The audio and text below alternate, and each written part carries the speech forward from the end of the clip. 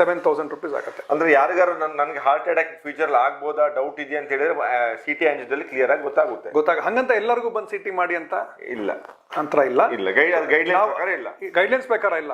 ಹೆದರ್ಕೊಂಡು ಈ ತರ ಯಾರು ಸೆಲೆಬ್ರಿಟೀಸ್ಗೆ ಏನಾದ್ರು ಆಯ್ತು ಅಂದ ತಕ್ಷಣ ಎಲ್ಲರೂ ಆಯ್ತು ಬನ್ನಿ ಮಾಡಿ ಅಂತಾರೆ.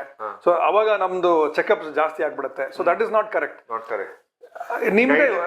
ನೀವೇ 6 months ಒಂದ್ಸಲ ಬ್ಲಡ್ ಟೆಸ್ಟ್ ಮಾಡ್ಕೊಳ್ಳಿ. ಏನ್ ತೊಂದರೆ ಇಲ್ದಿರೋರು ವರ್ಷಕ್ಕೊಂದ್ಸಲ ಬಂದು ECG TMT ಮಾಡ್ತಾ ಇರಿ. TMT ಮಾಡಾಕ ಸುಸ್ತಾದ್ರೆ ಈಗ ನೋಡಿ ಹೆಚ್ಚಿನವ್ರಿಗೆ ಹೆಚ್ಚಿನ ಮೋರ್ ದೆನ್ 30 ಅಪ್ಪ ಅಮ್ಮನಿಗೆ ಏನಾದ್ರು ಆಗಿರುತ್ತೆ.